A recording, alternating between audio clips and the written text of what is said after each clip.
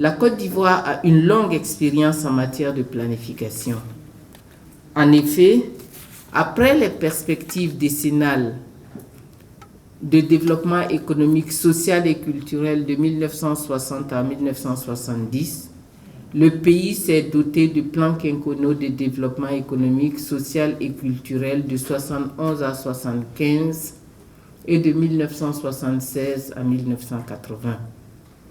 Cette tradition a été interrompue par la mise en œuvre des programmes d'ajustement structurel.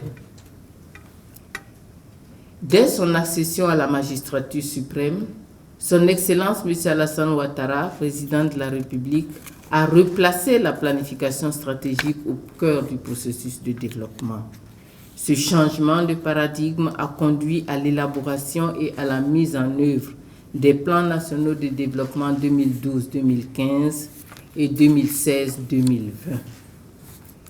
La mise en œuvre de ces plans a permis non seulement de consolider la paix et la sécurité au lendemain de la crise que le pays a connue, mais également de repositionner notre pays sous l'échiquier sous-régional et international.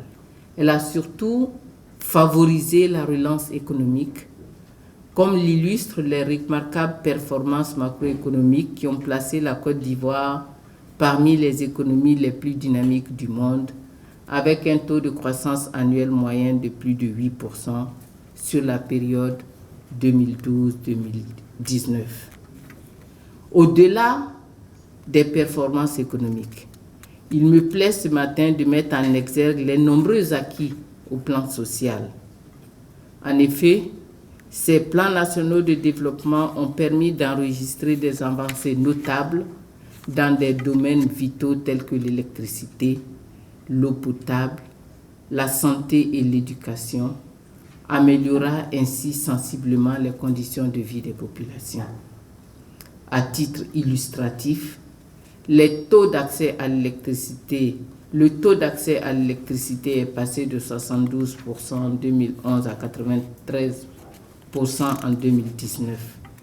Quant à la proportion de la population ayant un accès à une source d'eau potable, elle est passée de 79% en 2015 à 84% en 2019 et le taux brut de scolarisation au primaire a dépassé la barre des 100%.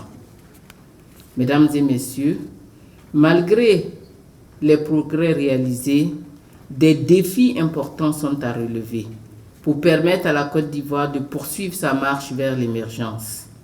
Il s'agit notamment de l'inclusivité et de la soutenabilité de la croissance, du développement du capital humain, du renforcement de la transformation structurelle de l'économie, du renforcement de la mobilisation des ressources intérieures et de l'efficacité de la dépense publique.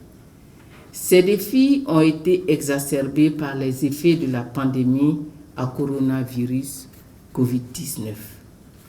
C'est donc fort de ces résultats encourageants obtenus et des défis à relever que le gouvernement a décidé de définir une nouvelle trajectoire pour les 5 prochaines années à travers l'élaboration du PND 2021-2025.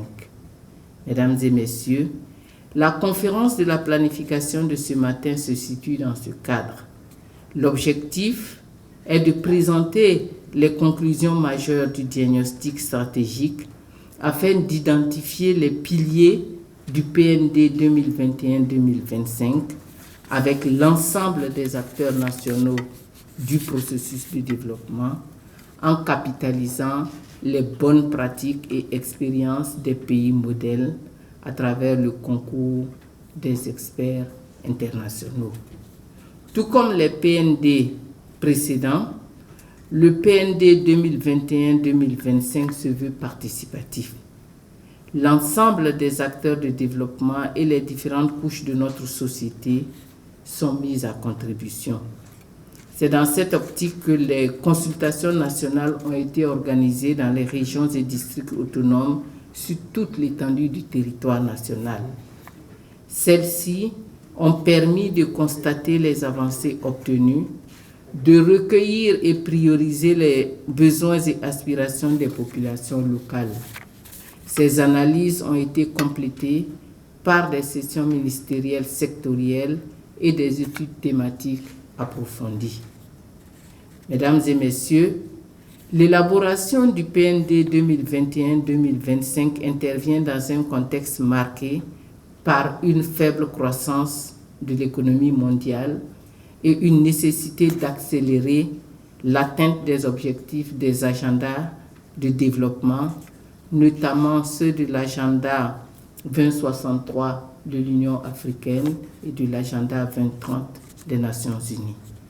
Vous comprenez donc aisément l'importance de cette rencontre pour la définition de la trajectoire à emprunter par notre pays pendant les 5 prochaines années.